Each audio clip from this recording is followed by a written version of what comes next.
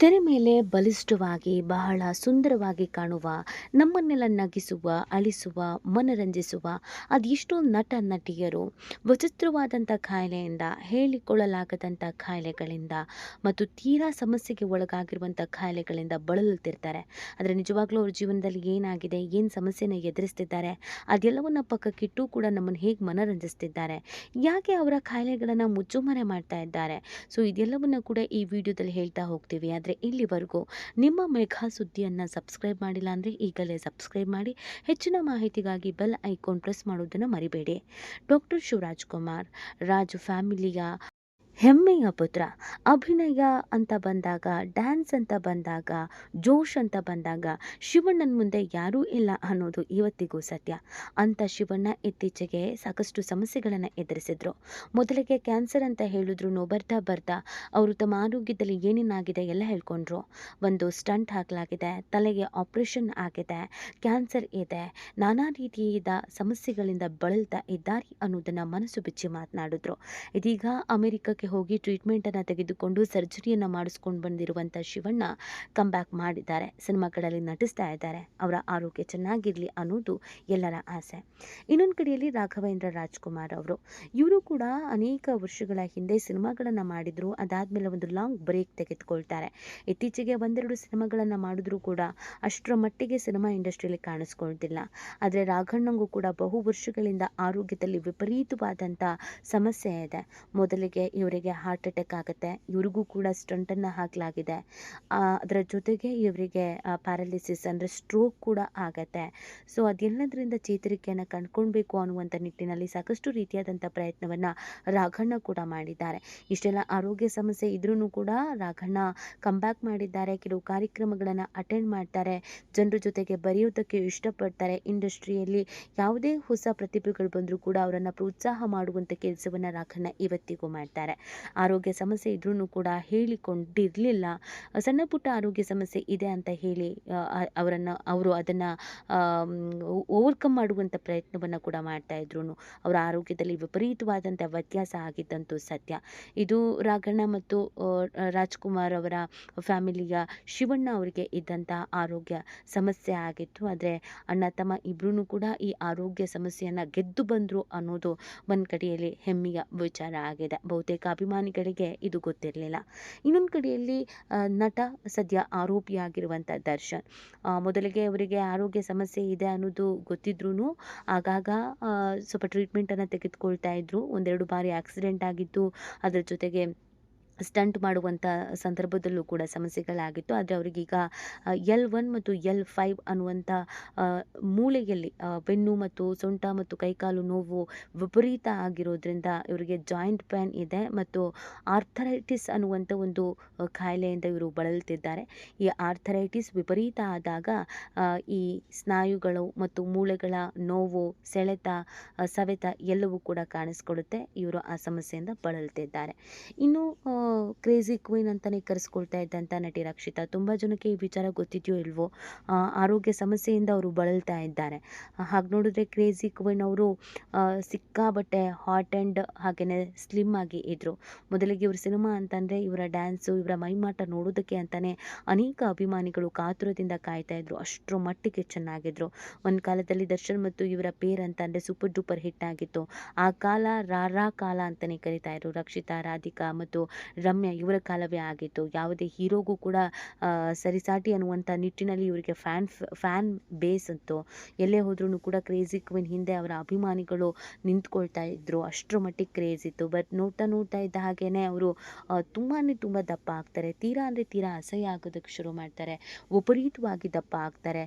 So ಎಲ್ಲರೂ ಪ್ರಶ್ನೆಯನ್ನು ಮಾಡ್ತಾರೆ, ಯಾಕೆ ನಿಮ್ಗೊಂದು ಡಯಟ್ ಮಾಡೋದಕ್ಕಾಗಲ್ವಾ, ವರ್ಕೌಟ್ ಮಾಡೋದಕ್ಕಾಗಲ್ವಾ, ಹೀರೋಯಿನ್ ಆಗಿದ್ದವರು ಯಾಕಿಷ್ಟು ಅಸಹ್ಯ ಆಗಿದ್ದೀರಾ, ಯಾಕಿಷ್ಟು ವಿಪರೀತವಾಗಿ ದಪ್ಪ ಆಗಿದ್ದೀರಾ ಅಂತ. ಆಗಲೇ ಅವರು, ನನಗೆ ಥೈರಾಯ್ಡ್ ಅನ್ನುವಂಥ ಸಮಸ್ಯೆಯಿಂದ ನಾನು ಬಳಲ್ತಾ ಇದ್ದೀನಿ, ಥೈರಾಯ್ಡ್ ಇದೆ ನನಗೆ ಅನ್ನೋದನ್ನು ಹೇಳ್ಕೊಂಡಿದ್ರು. ಥೈರಾಯ್ಡ್ ಅನ್ನೋದು ನಾವು ತುಂಬ ನಾರ್ಮಲ್ ಅಂತ ಅಂದ್ಕೊಂಡ್ರೂ ಕೂಡ ಅದನ್ನು ನಿರ್ಲಕ್ಷಿಸಿದ್ರೆ ಅಥವಾ ಅದನ್ನು ನಾವು ಕೇರ್ಲೆಸ್ ಮಾಡಿದ್ವಿ ಅಂತಂದರೆ ವಿಪರೀತವಾದಂಥ ಆರೋಗ್ಯ ಸಮಸ್ಯೆಯನ್ನು ಎದುರಿಸಬೇಕಾಗತ್ತೆ. ಕೊನೆಗೆ ಅದು ಕೂಡ ಬೇರೆ ಬೇರೆ ರೀತಿಯಾದಂಥ ದೊಡ್ಡ ಕಾಯಿಲೆಗಳಿಗೆ ತಿರುಗುವಂಥ ಸಾಧ್ಯತೆಗಳು ಇರುತ್ತೆ. ಇವರಿಗೆ ಥೈರಾಯ್ಡ್ ವಿಪರೀತವಾಗಿ ಇರೋದ್ರಿಂದ ಇಷ್ಟರ ಮಟ್ಟಿಗೆ ಅವರ ದೇಹದಲ್ಲಿ ಬದಲಾವಣೆ ಆಗಿದೆ. ಅವರ ಮುಖ ಚಹರೆಗೆ ಬದಲಾಗಿದೆ. ಇದು ಅವರು ಡಯಟ್ ಮಾಡ್ದೇನೆ ಅಥವಾ ಬೇಕಾಬಿಟ್ಟಿ ಹೇಗೋ ಲೈಫ್ ಸ್ಟೈಲ್ ಮೇಂಟೈನ್ ಮಾಡಿ ಆಗಿರುವಂಥದ್ದಲ್ಲ. ಅವ್ರಿಗೂ ಕೂಡ ಥೈರಾಯ್ಡ್ ಅನ್ನುವಂಥ ಕಾಯಿಲೆ ಕಾಣಿಸ್ಕೊಂಡಂಥ ಹಿನ್ನೆಲೆಯಲ್ಲಿ ಇಷ್ಟರ ಮಟ್ಟಿಗೆ ದಪ್ಪ ಆಗಿದ್ದಾರೆ. ಇನ್ನು ಕೆಲವು ವರ್ಷಗಳ ಹಿಂದೆ ಕನ್ನಡದಲ್ಲಿ back to back super hit ಸಿನಿಮಾಗಳನ್ನು ಕೊಟ್ಟವರು ಚೆಲ್ಲಾಟ ರೇಖಾ. ರೇಖಾ ಅಂತಂದರೆ ಯಾರಿಗೆ ತಾನೇ ಗೊತ್ತಿಲ್ಲ ಹೇಳಿ. ಹುಚ್ಚ ಸಿನಿಮಾ ಆಗಿರ್ಬೋದು, ಚಿತ್ರ ಸಿನಿಮಾ ಆಗಿರ್ಬೋದು, ಚೆಲ್ಲಾಟ ಆಗಿರ್ಬೋದು, ಈ ಥರದ್ದು ಸೂಪರ್ ಡೂಪರ್ ಹಿಟ್ಗಳನ್ನ ಕೊಟ್ಟಂಥ ರೇಖಾ ಈಗ ಎಲ್ಲಿದ್ದಾರೆ ಅನ್ನೋದು ಬಹುತೇಕ ಮಂದಿಗೆ ಗೊತ್ತೇ ಇಲ್ಲ. ಯಾಕಂದರೆ ಯಾವುದೇ ಸಿನಿಮಾಗಳಲ್ಲಿ ಅವರು ನಟಿಸ್ತಿಲ್ಲ.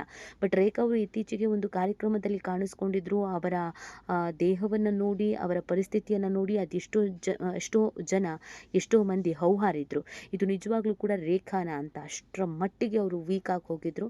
ವಿಪರೀತವಾಗಿ ಅವರ ಆರೋಗ್ಯದಲ್ಲಿ ಏರುಪೇರು ಆಗಿದೆ ಅನ್ನೋದು ಮಾತ್ರ ಖಂಡಿತವಾಗಿಯೂ ಅವರ ಇತ್ತೀಚಿನ ಫೋಟೋಸ್ಗಳನ್ನು ನೋಡಿದಾಗ ಗೊತ್ತಿತ್ತು. ಇದು ನಮ್ಮ ರೇಖಾನ ಅಂತ ಅನ್ಸೋಕೆ ಶುರು ಆಗಿತ್ತು. ತೀರಾ ಅಂದರೆ ತೀರಾ ಒಣಗಿ ಹೋಗಿದ್ರು. ತುಂಬ ತುಂಬ ಸಣ್ಣಗಾಗಿ ಹೋಗಿದ್ರು. ವಿಪರೀತವಾದ ಯಾವುದೋ ಒಂದು ಸಮಸ್ಯೆಯಿಂದ, ಆರೋಗ್ಯ ಸಮಸ್ಯೆಯಿಂದ ಬಳಲ್ತಿದ್ದಾರೆ, ಕಾಯಿಲೆಯಿಂದ ಬಳಲ್ತಿದ್ದಾರೆ ಅನ್ನೋದು ಗೊತ್ತಾಗಿತ್ತು. ಸ್ಟೇಜ್ ಮೇಲೆ ಬಂದರೆ ಅವರಿಗೆ ಮೈಕ್ ಹಿಡ್ಕೊಳ್ಳೋದಕ್ಕೂ ಕೂಡ ಸಾಧ್ಯವಾಗದಂಥ ಪರಿಸ್ಥಿತಿ ಅವರಿಗೆ ನಿರ್ಮಾಣ ಆಗಿತ್ತು. ಮೊದಲಿನ ರೇಖೆಗೂ ಈಗಿನ ರೇಖೆಗೂ ನೋಡಿದ್ರೆ ಇದು ಅವರೇನ ಅನ್ನುವಷ್ಟರ ಮಟ್ಟಿಗೆ ಅವರು ಬದಲಾಗಿ ಹೋಗಿದ್ರು. ಅವರು ವೇದಿಕೆ ಮೇಲೆ ನನಗೊಂದು ಆರೋಗ್ಯ ಸಮಸ್ಯೆ ಅಂತ ಹೇಳ್ಕೊಳ್ತಾ ಇದ್ರು, ಡಯಟ್ ಮಾಡ್ತಾ ಇದ್ದೀನಿ ಅಂತ ಹೇಳ್ಕೊಂಡ್ರು ಕೂಡ ಅವರ ಮುಖಚಹರೆ, ಅವರ ದೇಹವನ್ನು ನೋಡಿದಾಗ ಒಂದು ಗಂಭೀರವಾದಂಥ ಕಾಯಿಲೆಯಿಂದ ಬಳಲ್ತಿದ್ದಾರೆ ಅನ್ನೋದು ಗೊತ್ತಾಯಿತು. ಅದಾದಮೇಲೆ ಯಾವುದೇ ವೇದಿಕೆಗಳಲ್ಲಿ ಅವರು ಕಾಣಿಸ್ಕೊಂಡಿಲ್ಲ. ಸದ್ಯ ಅವರ ಆರೋಗ್ಯ ಯಾವ ರೀತಿ ಆಗಿದೆ, ಯಾವ ಸಮಸ್ಯೆಯಿಂದ ಬಳಲ್ತಾ ಇದ್ದಾರೆ, ಸ್ಥಿರವಾಗಿದ್ದಾರೆ, ಟ್ರೀಟ್ಮೆಂಟನ್ನು ತೆಗೆದುಕೊಳ್ತಾ ಇದ್ದಾರೆ, ಯಾಕೆ ಮುಚ್ಚುಮರೆ ಮಾಡ್ತಾ ಇದ್ದಾರೆ, ಮುಚ್ಚುಮರೆ ಮಾಡುವಂಥ ಯಾವ ಕಾಯಿಲೆ ಅವರನ್ನು ಇನ್ನಿಲ್ಲದಂತೆ ಬಾಧಿಸ್ತಾ ಇದೆ, ಒಂದು ಕಾಲದ ಟಾಪ್ ನಟಿ ಯಾಕೆ ಈ ಥರ ಆಗೋಗ್ಬಿಟ್ರು ಅನ್ನುವಂಥ ಒಂದು ಪ್ರಶ್ನೆ ಸಹಜವಾಗಿ ಎಲ್ಲರನ್ನೂ ಕಾಡ್ತಾ ಇದ್ರು. ಅವರು ಎಲ್ಲರ ಮುಂದೆ ಗಿರುವಂಥ ಆರೋಗ್ಯ ಸಮಸ್ಯೆ ಹೇಳ್ಕೊಳ್ಳೋದಕ್ಕೆ ರೆಡಿ ಇಲ್ಲ. ಇನ್ನೊಂದು ಕಡೆಯಲ್ಲಿ ಶ್ರೀಮುರಳಿ ಅವರ ಆರೋಗ್ಯ ಚೆನ್ನಾಗಿದ್ರು ಕೂಡ ಬ್ಯಾಕ್ ಟು ಬ್ಯಾಕ್ 2-3 ಬಾರಿ ಅವರು ಪೆಟ್ ಮಾಡ್ಕೊಳ್ತಾರೆ. ಶೂಟಿಂಗ್ ಸೆಟ್ನಲ್ಲಿ ಬಿದ್ದಂಥ ಕಾರಣಕ್ಕಾಗಿ ಅವರು ಮೂಳೆ ಮುರ್ಕೊಂಡು ಬಿಡ್ತಾರೆ. ಕಾಲಿಗೆ ವಿಪರೀತವಾದಂಥ ನೋವು ಆಗತ್ತೆ. ಸೊ ಅದಾದಮೇಲೆ ಅವರಿಗೆ ಯಾವುದೇ ಹೆಚ್ಚಿನದಾಗಿ ಬಲ ಮಾಡುವಂಥದ್ದು ಅಥವಾ ಬಲವಾಗಿ ನಡೆಯುವಂಥದ್ದು, ಓಡುವಂಥದ್ದು ಈ ಥರದ್ದು ಯಾವುದೂ ಕೂಡ ಸಾಧ್ಯವಾಗೋದೇ ಇಲ್ಲ. ಈಗಲೂ ಕೂಡ ಕಾಲಲ್ಲಿ ರಾಡಿದೆ ಅನ್ನೋದನ್ನು ಹೇಳಲಾಗತ್ತೆ. ಇದು ಕೂಡ ಒಂದು ಆರೋಗ್ಯ ಸಮಸ್ಯೆಯಿಂದ ಬಳಲ್ತಾ ಇದ್ದಾರೆ. ವಿಪರೀತವಾದಂಥ ಆರೋಗ್ಯ ಸಮಸ್ಯೆ. ಅವರ 2 ಬಾರಿ ಕಾಲು ಆಪ್ರೇಷನ್ ಮಾಡ್ಕೊಳ್ಬೇಕಾಗತ್ತೆ. 2 ಬಾರಿ ಆಕ್ಸಿಡೆಂಟಲಿ ಅವ್ರ ಸಮಸ್ಯೆ ಆಗತ್ತೆ. ಸೊ ಇದರಿಂದ ಅವರು ತೀರಾ ರೀತಿಯಾದಂಥ ಆರೋಗ್ಯ ಸಮಸ್ಯೆಯಿಂದ ಬಳಲಿದ್ರು. ಈಗ ಕಂಬ್ಯಾಕ್ ಮಾಡ್ತಾ ಇದ್ರು ಆ ನೋವು ಅನ್ನೋದು ಇದ್ದೇ ಇರುತ್ತೆ. ಆಕ್ಸಿಡೆಂಟ್ ಆದಂಥ ಸಂದರ್ಭದಲ್ಲಿ ಯಾರಿಗೆಲ್ಲ ಆ ಥರ ಕಾಲು ಮುರಿಯುವಂಥದ್ದು, ಕೈ ಮುರಿಯುವಂಥದ್ದು ಆ ಥರದ್ದಾಗುತ್ತೋ ಅದು ಬಹು ವರ್ಷಗಳ ಕಾಲ, ದೀರ್ಘಕಾಲ ಬಳಲುತ್ತೆ. ಅದನ್ನು ಹೊರತುಪಡಿಸಿದರೆ ಅವರಿಗೆ ಇನ್ಯಾವುದೇ ರೀತಿಯಾದಂಥ ಆರೋಗ್ಯ ಸಮಸ್ಯೆ ಇಲ್ಲ.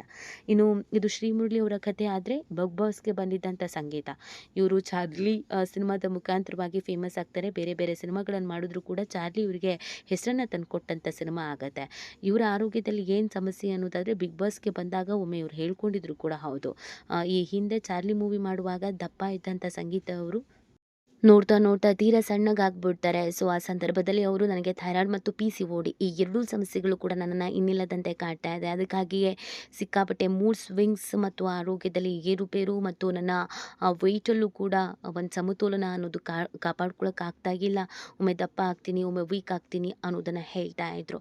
ಸೊ ಅಲ್ಲಿಗೆ ಇವರಿಗೆ PCOD ಅನ್ನುವಂಥ ಸಮಸ್ಯೆ ಇದೆ, PCOD ಅನ್ನುವಂಥ ಸಮಸ್ಯೆ ಇದೆ. ಅದು ಕೂಡ ನಿರ್ಲಕ್ಷ್ಯ ಮಾಡುವಂಥ ಅಯ್ಯೋ PCODನ ಅಂತ ಹೇಳುವಂಥ ಸಮಸ್ಯೆ ಅಲ್ಲ. ಮಾನಸಿಕವಾಗಿ ಅದನ್ನು ನಮ್ಮನ್ನು ಕುಗ್ಗಿಸುವಂಥ ಒಂದು ಕಾಯಿಲೆ. ಅಂದರೆ ಮೂಡ್ ಸ್ವಿಂಗ್ಸ್ ಅನ್ನೋದು ಸಿಕ್ಕಾಪಟ್ಟೆ ಇರುತ್ತೆ. ಹೀಗೆ ಅವರ ಮೆಂಟಲ್ ಸ್ಟೇಟಸ್ ಇರುತ್ತೆ ಅನ್ನೋದನ್ನು ಹೇಳೋಕ್ಕಾಗಲ್ಲ. ಆರೋಗ್ಯದ ಮೇಲೂ ಕೂಡ ವ್ಯತಿರಿಕ್ತ ಪರಿಣಾಮ ಬರುತ್ತೆ. ಇದು ನಮ್ಮ ಕನ್ನಡ ಇಂಡಸ್ಟ್ರಿಯ ನಟ ನಟಿಯರು ಅನುಭವಿಸ್ತಾ ಇರುವಂತಹ ಅನಾರೋಗ್ಯ ಸಮಸ್ಯೆ. ಈ ಬಗ್ಗೆ ನಿಮ್ಗೇನು ಅನಿಸುತ್ತೆ ಅನ್ನೋದನ್ನು ನೀವು ಕೂಡ ಕಮೆಂಟ್ ಮಾಡಬಹುದು.